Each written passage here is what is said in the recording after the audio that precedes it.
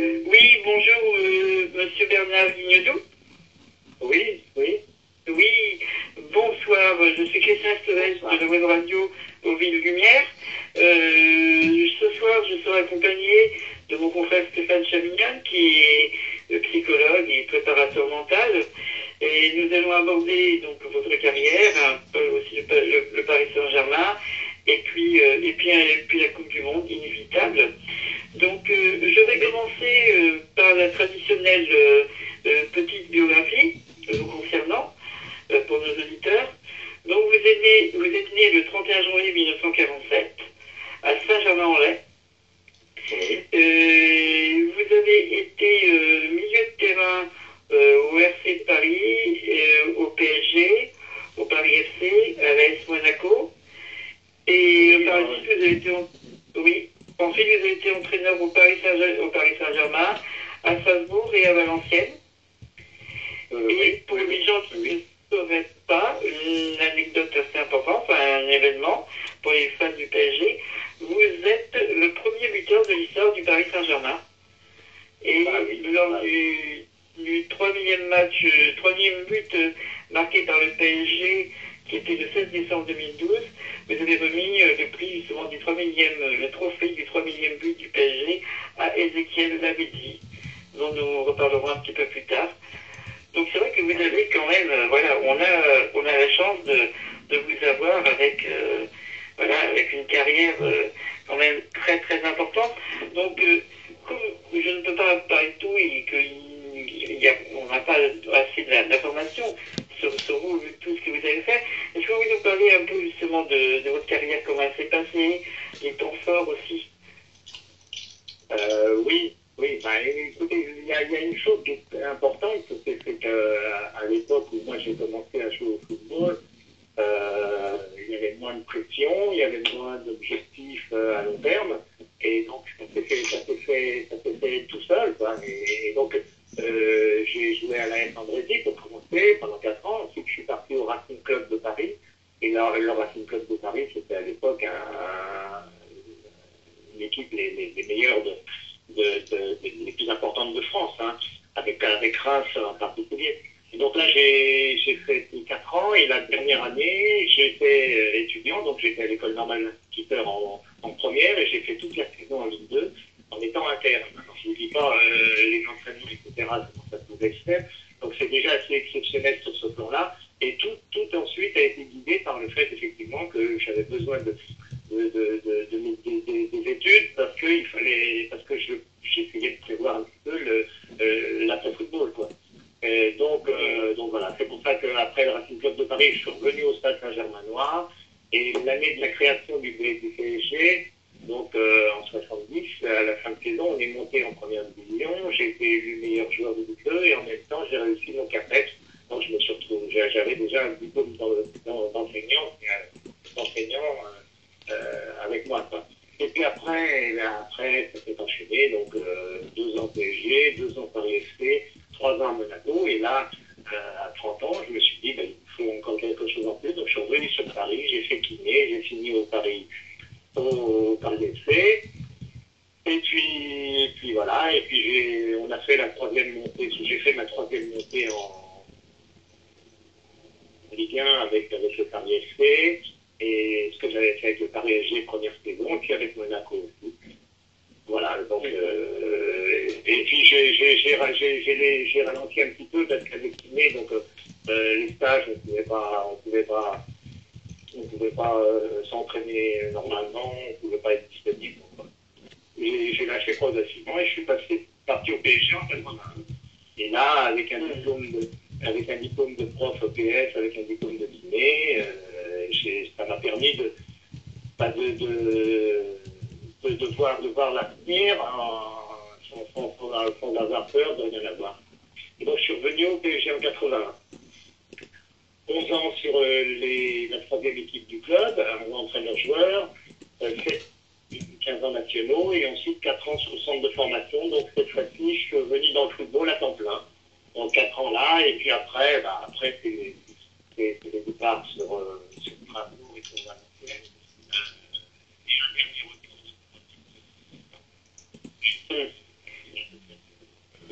Par contre, il y a un petit souci avec son téléphone, je pense.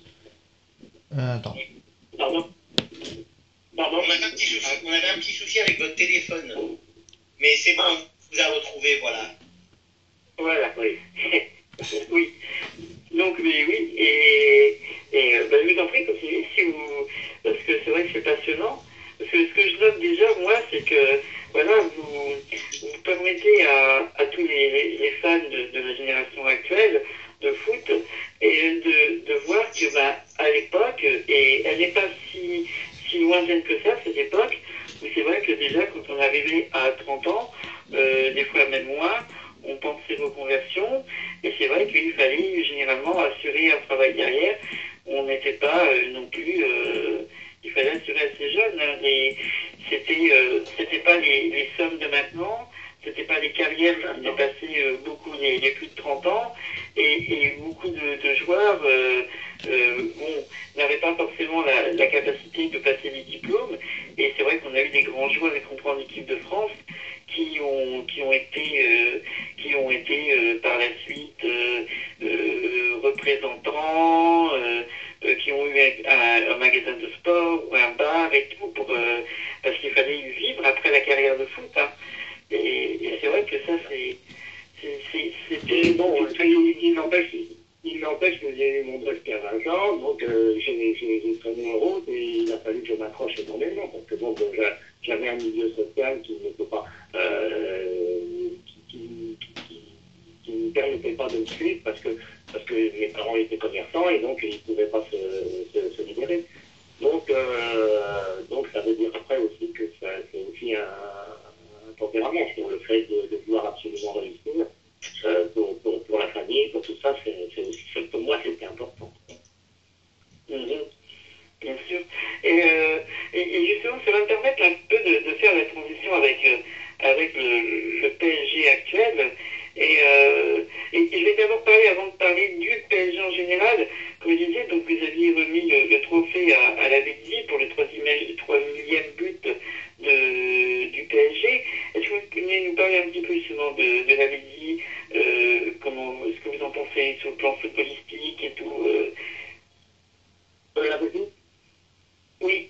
J'ai pas bien compris, on parle de la Bézi là. Hein? Oui. Pour parler justement, faire un peu la transition avec les joueurs actuels et... Oui, écoutez, moi je trouve que c'est un joueur très très intéressant. Alors il est comme tous les joueurs, il a des défauts et des qualités, mais comme aussi étranger, il y a un temps d'adaptation.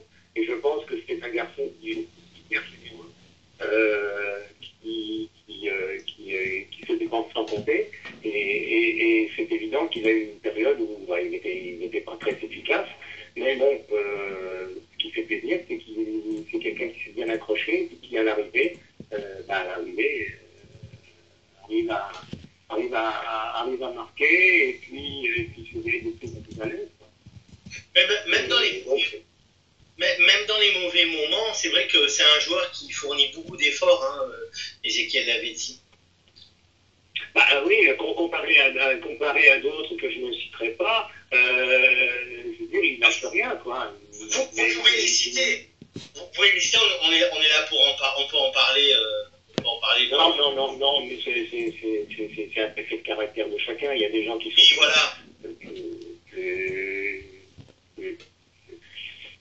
plus légers, moins combatifs. Bon, ils ont d'autres qualités aussi, hein. C'est toujours pareil. Hein.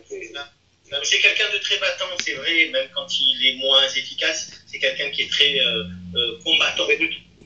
Oui, de toute façon, pour un entraîneur, c'est une perle, parce qu'il lâche rien, il défend, c'est intéressant. Après, il va encore progresser, je suppose que il va être de plus en plus en confiance et c'est un international. De plus en plus efficace.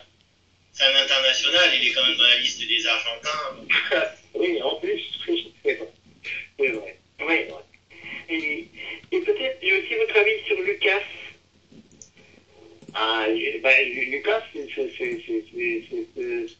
ça me fait penser aux Brésiliens qui sont arrivés au PSG il y a quelques années, Rai, en même temps que Rai, je me souviens plus qui était arrivé aussi, et ce sont des gens qui ont mis plus de 6 mois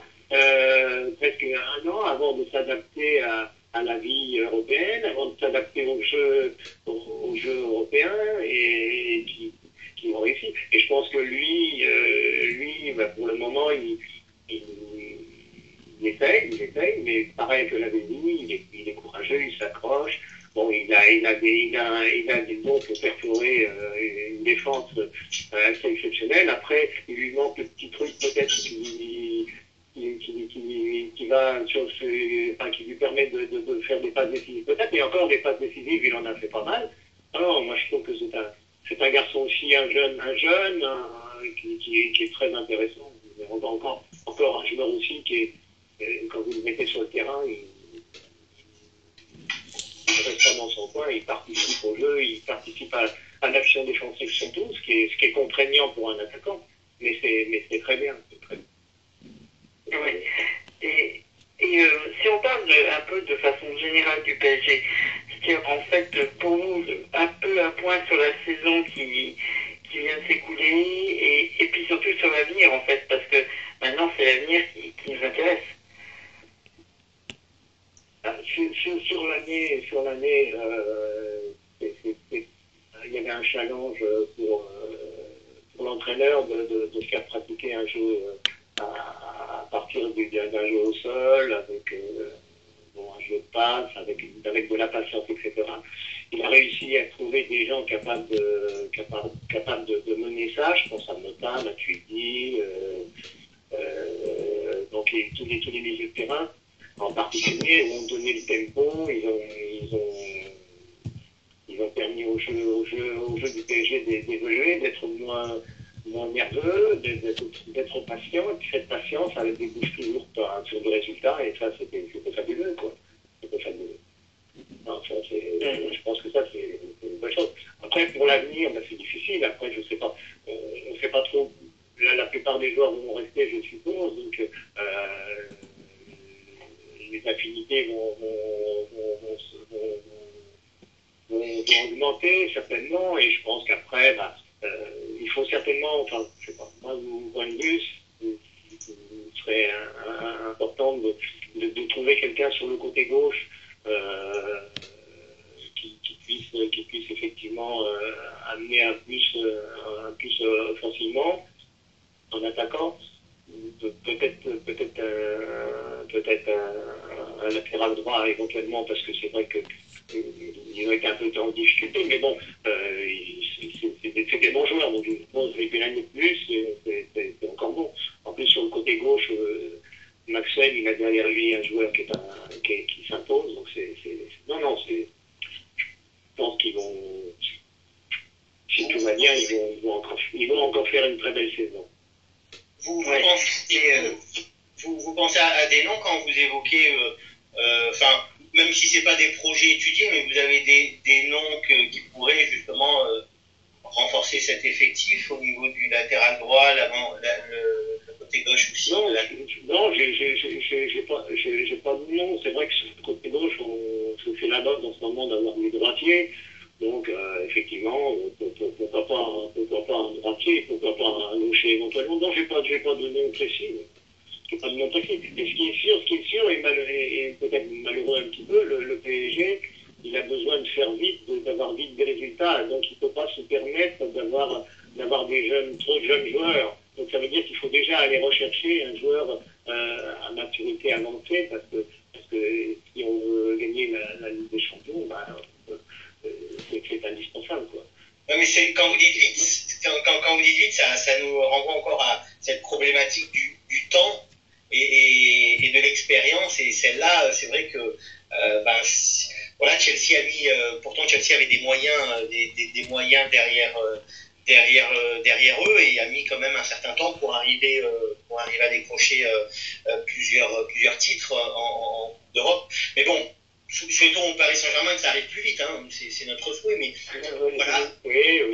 Il faut souhaiter. Ce qui est dommage, c'est qu'effectivement, il y a un centre de formation qui draine des joueurs de la région parisienne, et qui ne peuvent pas malheureusement tout de suite être intégrés, quoi. Il y en a exceptionnellement un qui peut s'intégrer rapidement, mais on peut pas se permettre de mettre que des joueurs de 19-20 ans en première ligne, c'est pas possible, quoi.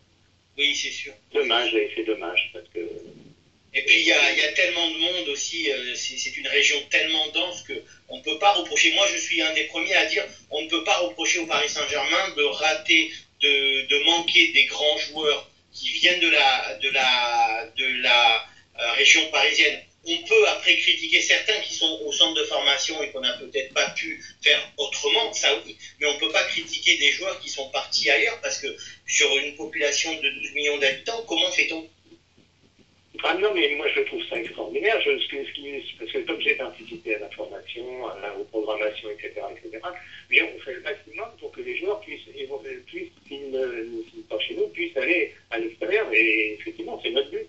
Et on a plein de joueurs comme ça, enfin moi j'ai des joueurs qui étaient un peu justes, et puis le Maxime Bacca, par exemple, qui a fait une bonne période sur Lorient, Olivier Fontenay qui avait joué à Reims, bon, c'était des jeunes qui étaient des bons jeunes, mais qui avaient besoin de temps de jeu, et sans avoir effectivement une obligation de résultat tout de suite.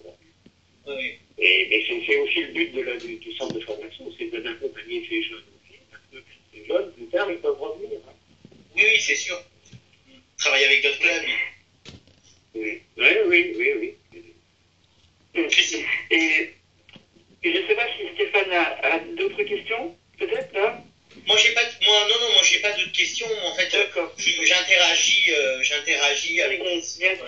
Merci. Donc, je vais en profiter, si c'est possible, pour passer justement au foot féminin, parce que le PSG en foot féminin est une très belle équipe, bien qu'ayant perdu la finale pro samedi dernier, ainsi la finale des moins de 19 ans, ça reste une très belle équipe qui se renforce considérablement pour la saison prochaine. Elle a tout de même fini second du championnat et sera donc européenne la saison prochaine. Vous suivez le foot féminin et qu'est-ce que vous en pensez du foot féminin et peut-être aussi du PSG d'abord dans un premier temps du féminin? Oui, quand j'ai passé mes 3 années de directeur marketing de l'association, j'étais à côté d'elle, je voyais un petit peu l'évolution, c'est en pleine évolution et ils arrivent maintenant à maturation. C'est vraiment de la très bonne qualité. Hein. Moi, je trouve qu'il y a eu des gros efforts de fait et puis il y a des progrès énormes. C'est-à-dire que à une certaine époque, ils étaient au niveau d'une catégorie peut-être 14-15 ans. Maintenant, ils peuvent jouer contre des garçons de milieu et il n'y a pas de différence. Il n'y a pas de, je veux dire, sur le plan technique, tactique, physique et psychologique, ils sont au point maintenant. La qualité de jeu se reprend. Vous avez suivi un peu la saison du PSG féminin, celle qui vient de s'écouler? Non, je regardais comme ça de temps en temps les résultats, mais bon, j'ai eu une année très, très, très compliquée sur un plan familial. Il fallait s'occuper de personnes qui n'étaient pas bien en point, donc j'étais pas trop au football, mais je regardais de temps en temps les résultats, un petit peu comment ça se passait, et puis bon, je voyais bien qu'il y avait Juvisy qui était toujours là et qui essayait effectivement de prendre la place du PSG, mais bon, le PSG, c'est comme Lyon, ils mettent des moyens financiers qui les obligent à faire des résultats. Ah oui, ce sont et la saison prochaine semble, personnellement, je dirais, semble tourner pour moi déjà un peu l'avantage du PSG vu les recrues qui arrivent, alors qu'à Lyon, le départ de l'entraîneur Patrice Fer fait déjà partir certaines joueuses.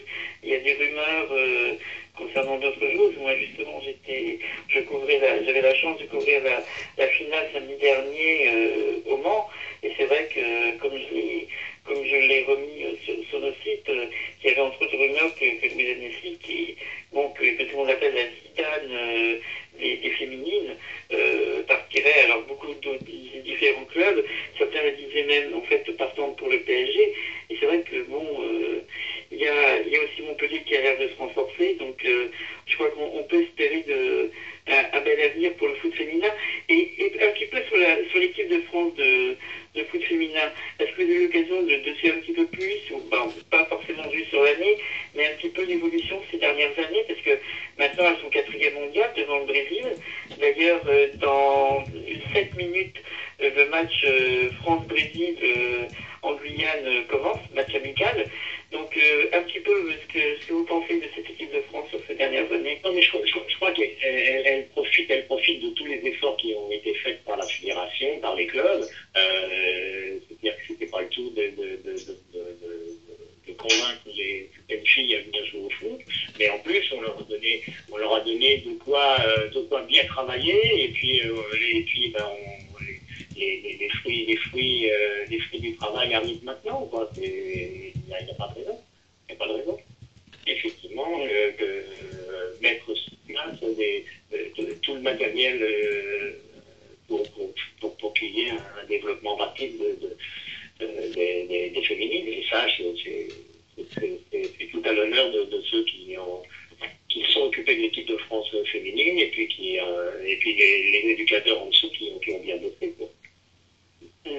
Mais c'est vrai que sans diminuer la qualité du travail de Bruno Billy, c'est vrai qu'elles ont fait des petites finales qu'elles ont perdues en Jeux Olympiques, en Coupe du Monde, alors qu'elles étaient que les équipes en face, bien que ce soit les États-Unis ou le Japon ou l'Allemagne, étaient à leur portée, encore plus le Canada pour le match de la 3e place dans les derniers Jeux Olympiques de Londres.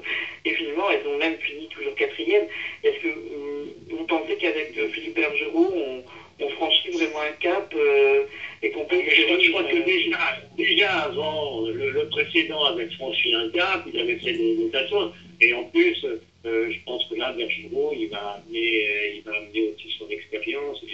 Mais ce que je dis, c'est qu'il fallait un temps d'adaptation, un temps de mise en place du foot féminin, que les filles soient vraiment attirées par le football, et puis c'est voilà, il y a beaucoup de demandes, et puis il y a des gens sur le terrain qui font un super boulot. Oui. Et ça nous amène en fait tout naturellement à la Coupe du Monde et à l'équipe de France entre autres. Vous la voyez comment notre équipe de France masculine pour cette Coupe du Monde qui arrive tout de suite? Moi je trouve qu'il y a un état d'esprit qui a, semble-t-il, évolué. Je pense qu'ils ont tous pris conscience que la Coupe du Monde, c'est important pour eux, c'est important pour la fédération. Et puis je crois qu'il y a des jeunes qui arrivent là. Bon, il y a déjà Matuidi, qui est un peu plus vieux, mais Pogba, qu'est-ce que je dirais encore, celui qui joue en Espagne, c'est pas grave. Griezmann. Oui, voilà, ouais, Griezmann, il y a Digne, vous avez là des jeunes joueurs et prêts à aller au combat, prêts à jouer, quoi. C'est ça qui est important. C'est pas des simples remplaçants, c'est des joueurs qui peuvent déjà aller porter leur acquis, quoi. C'est-à-dire que vous, en fait, vous voyez l'état d'esprit cet état d'esprit-là que vous évoquez, qui a évolué, vous le voyez à cet esprit combattant des joueurs comme Blaise Matuidi, par exemple, qu'on connaît très bien au Paris Saint-Germain. Bien sûr, non, mais bien sûr, Matuidi, Pogba, je veux dire, il y a du potentiel. Hein, mais là, il y a quelque chose à faire. Maintenant, bon, on n'est pas à l'abri de déconvenus, mais on sent qu'il y a un état d'esprit, on sent qu'il y a une qualité du jeu, on sent qu'il y a sur le plan psychologique, on les sent plus en confiance. Je sais pas, moi, j'espère pour eux qu'ils vont faire quelque chose de bien. Oui, parce qu'on le sent depuis ce match ce match contre l'Ukraine, hein, qui a vraiment. Bien sûr. Qui est capable de revenir comme ça, c'est tout bénéfice. Oui, il a vraiment frappé les esprits et peut-être redonné un petit peu goût, parce que vous avez dit tout à l'heure, c'est important pour la fédération, c'est important important pour les clubs, et c'est aussi important pour le grand public, parce que la Coupe du Monde, même si la France n'est pas encore un grand pays de football, comme on peut voir en Argentine, au Brésil, ou même nos voisins italiens, mais quand même, je pense, moi je pense que ce match contre l'Ukraine a quand même fait réveiller quelque chose au niveau des consciences publiques. Oui, bien sûr, c'est important. Mais bon, le public français est quand même un public plus difficile, je dirais, que l'Espagne, l'Italie. On est moins fanatique chez nous. Moi mais bon, quand ça marche bien, ça se fait bien, c'est vrai. Là, les spectateurs ont repris confiance, c'est l'image que l'équipe de France leur montre là, leur va bien, quoi. Tout à fait. Je ne sais pas si vous voulez peut-être dire quelque chose pour finir, Stéphane, parce que je vois que nous arrivons en fait au terme. Merci. Merci à la radio, et merci à vous, M.